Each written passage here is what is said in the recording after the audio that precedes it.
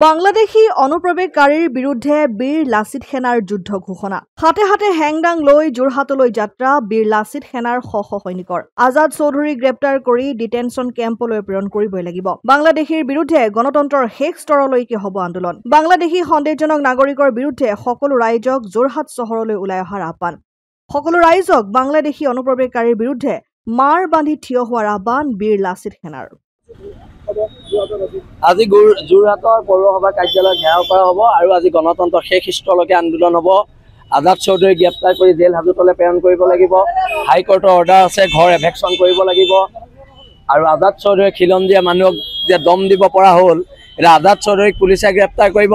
নে বীৰ লাচিত সেনা ল'ৰাই তাক ঘৰৰ পৰা ধৰি আনিব সেইটো প্ৰশাসনে ডিচিশ্যন ল'ব আৰু এটা কথা স্পষ্ট আজি যিখন সংগ্ৰাম হ'ব গণতন্ত্ৰৰ শেষ স্তৰলৈকে সংগ্ৰাম হ'ব সকলোকে ধন্যবাদ জয় অসম বীৰ লাচিত সেনা জিন্দাবাদ জিন্দাবাদ জিন্দাবাদ এটা প্ৰশ্ন যে কোবাত আপুনি বহু সময় স্পষ্টীকৰণ দিয়ে এই আন্দোলনখনে কোবাত আউপকীয়াকৈ বিজেপিক চাওক এইবোৰ বিজেপি কংগ্ৰেছৰ নেৰেটিভটো আপোনালোকে নানিব এইটো নেৰেটিভ এইকাৰণে নানিব যে আমি খিলঞ্জীয়াৰ হকে এখন সংগ্ৰাম কৰিছোঁ এই সংগ্ৰামখন আমাক কৰি থাকিব লাগিব আৰু এটা শেষৰটো প্ৰশ্ন বীৰ লাচিত সেনা বা শৃংখল চালে ব্যক্তিগত বা দলীয়ভাৱে কি অনুধাৱন কৰে প্ৰকৃত যিসকল ভাৰতীয় নাই সেইটো নহয় প্ৰকৃত ভাৰতীয় নাগৰিকক শাস্তি কৰিব নালাগে